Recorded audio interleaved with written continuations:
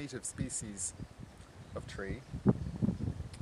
We have ash, oak, alder and birch. So what we're doing today is we're just doing a little bit of maintenance. The grass, the weeds, the heather grows much faster than a lot of our trees and will kind of choke it and hold it back. So what we're doing at the moment is we're just simply tramping down the grass and weeds around each tree, giving it a bit of space to breathe. We're trying to find trees. Some trees have been overgrown with the weeds, so we're trying to find those trees and kind of rescue them. And so today it's a tree care day. Yeah. You can see certainly on the far side of the field the ferns are growing very, very quickly, so we've got to make sure that the trees have plenty of space for light, air, and they're not getting overgrown. Today I suppose it's a tree care day, so what we're also going to do is we're going to have a workshop, and the workshop, the aim is to help people get started to begin their own tree nursery. So the idea is to give people enough information to take a small little square of growing space they have. It can be grass, it can be containers, and we'll provide enough information to know how to collect seeds, how to store them, get them germinating, plant them out and raise them for the first 2 or 3 years. So the idea is if people start their own tree nursery and grow native trees, it's conservation, but also then a small area, 3 by 4 meters, can produce 100 trees a year. So the tree nursery naturally leads on to tree planting. These projects could be great for schools. It's light work, light but frequent work. A bit of seed collection in the autumn, some transplanting in the winter, sowing in the spring, weeding in the summer. So so we'll be talking a little bit more about that later. Hey Kiri! Hey man, so you are basically going to take on the Woodlands project with Sue. So what are your future plans for the project? Well, today we're on Amherst Woodland Hill right here, okay, and this is one of our projects that we have ongoing. We have 500 trees here, and we're going to come back here every 2 or 3 months just to tidy off the grass, the brambles, etc., so it gives them an opportunity to grow. This is one part of our Woodlands project. Mm-hmm. Also, we're planning on, as soon as we get back from Europe, Mm-hmm. we're planning on going into housing estates, and you know the green areas and the housing estates, plant some trees and maybe give a talk. We also have these vouchers, okay, that when we plant trees, oh great, yeah, we'll be able to sell these vouchers for a tenner, and this will go back into the charity. And basically, here's the other side of it, and this is an oak, so if somebody bought this they could be sure that we will plant an oak in their name and in their honour. So that's another thing we're doing. We're also out in, we have a community garden out in West Cork. Yeah. And we're starting off a tree nursery out there. We're gathering little trees that are growing in the grass in the fields next to it. But see, the thing is, it's actually a good thing that we're collecting these, because there are horses that regularly go in there and they'll eat these, so it's like we're rescuing them. So Susan, you've just taken over the Woodlands project, and Kiri is helping you with it as well. The two of you are kind of looking after it. What are your future plans for the project? Well, future plans are to help maintain the strength of the saplings that are growing here in Carfin, and basically that will take maybe coming up 3-4 times a year, and it's a great way of actually meeting people and to learn about trees as well, you know. So we're going to do that, and also start projects in around estates, so that we could try and plant more trees in estates which are laying barren with no trees at all. So what we did last year was we basically we added some mycorrhizal. We took some compost from the mature forest over there, and we basically added it as a mulch around the base of the tree, just around here. You can't see it anymore because it's basically fairly rotten away now, but you can still see some of the leaves from that mulch. And so we basically did this because it's very important for trees to form these kind of interrelationships with these mycorrhizal, and that's basically fungi that attach themselves to the roots of the trees, and these fungi then actually attach themselves to all the trees in the area. So what you're doing is you're changing the soil condition from an alkaline state into a more acidic state, which woodland really needs to have acidic soil. So that's the kind of whole idea about it. To nature, we could have done that instead of planting a woodland. We could have just left it to nature, but it would just take a lot longer for trees to come through all the other vegetation that would take over, the briars and whatnot, and then it would have to come through that. So you're just helping nature to get where you want and where nature wants to get, because it would ultimately end up as trees. There was a Japanese farmer who wrote a book called The One Straw Revolution, and it's do nothing farming. Yeah, Fukuoka, something like that. And he spent 40 years trying to figure out what he didn't have to do, but yet have a good yield.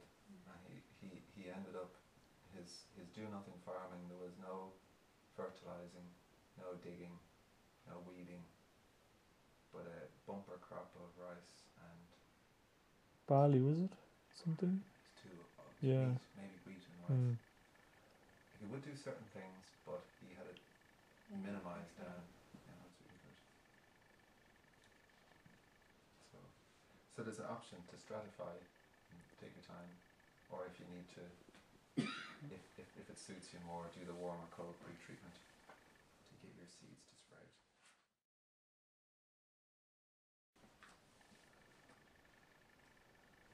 So the next bit, we're on to selecting and preparing a nursery site, and they talk here about the location. They're saying if your site is sloped, the soil will drain well, the water will kind of flow off it. So they're actually saying that a slope is good if you can get a sloped site. And also talking about soil, they're saying if your soil is really heavy, a kind of thick, heavy soil, if you're trying to kind of lift out your transplants and move them around, you're going to get some root damage. If the soil is too sandy, it'll dry out quicker. So you need to kind of watch your watering and water more frequently. So the best soil is a light loam.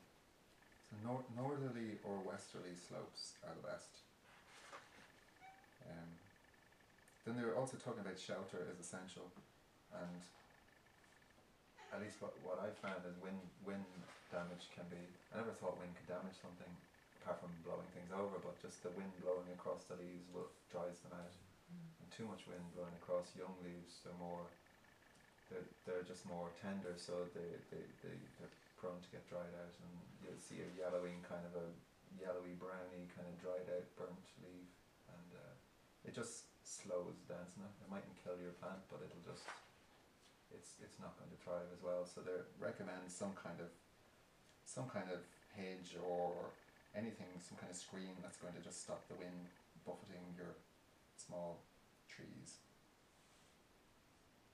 And then as well, just think ahead. It takes a couple of years to go from seed to 2 or 3 year old trees that are ready to be planted out. So you've got to think, can I keep this site for 4 years? Am I going to be moved on? Or, I suppose with trees is a long-term project. So am I going to have enough?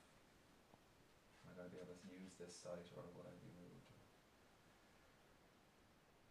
So the next thing then is the fencing. John was saying earlier, if you live in East Clare, the beast play. It's got rabbits and deers, Yeah. and they will eat everything. Tasty little seedlings, nice tender leaves, makes a nice salad in the morning. So there's a little diagram here of just how you build a rabbit-proof fence. So I suppose it depends on where you live. If you've got rabbits in the area, or deers, or if it's dogs or vandals or whatever your local situation is, you may need to fence. But, so that's it. So the next part goes on to just actually preparing the beds. Now it seems to me like preparing the beds is a little bit like a vegetable bed. You basically just remove the grass layer. You kind of dig off, roll off the grass turf, and then you prepare a couple of beds, like you were digging a vegetable plot. Now there's a little design of a nursery here, and you've got really 1, 2, 3, 4 beds. One is seedlings. Then you have 1-year-old transplants. Then when they're 2, they're transplanted with a little more space. When they're 3 years old, transplanted again with more space. And the whole this whole nursery is 10 meters squared, which is about the size of, what's 10 meters squared? It says at the top 3 meters by 4 meters. 3 meters by 4 meters, and this theoretically can produce 100 trees a year. So it could be the size maybe of a suburban back garden or a little corner of a field. So it's be quite significant if you have 100 trees coming out of that little space.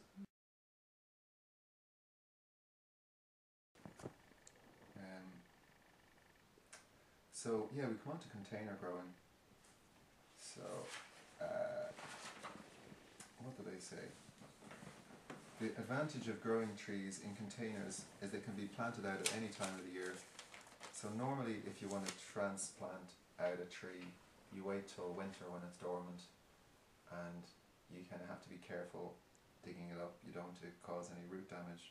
If your tree's in a container, you can plant it out any time of the year, because all your roots are all in one space. It's not going to be tangled up with any other tree, and it's just easy enough.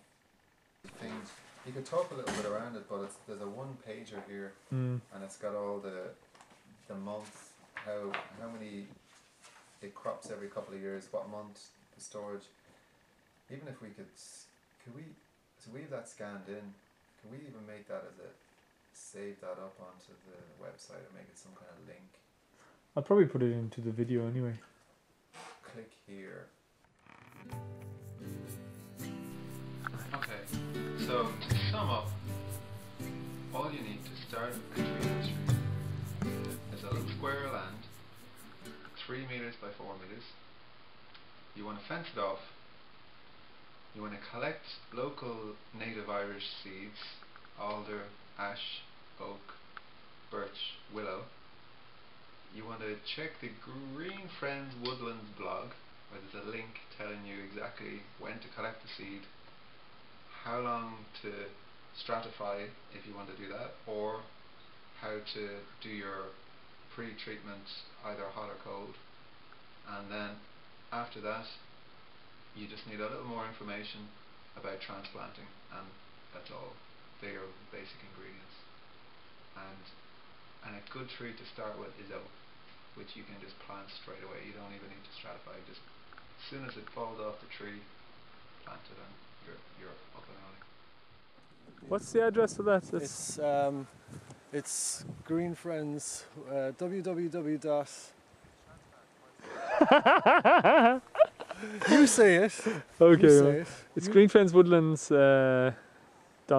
.wordpress.com, isn't it? That's it, I think, yeah. Woodlands, If you just Woodlands, Googled GreenFriends. GreenFriends Ireland Woodlands Project. Even if you Google that, You'll find it, yeah.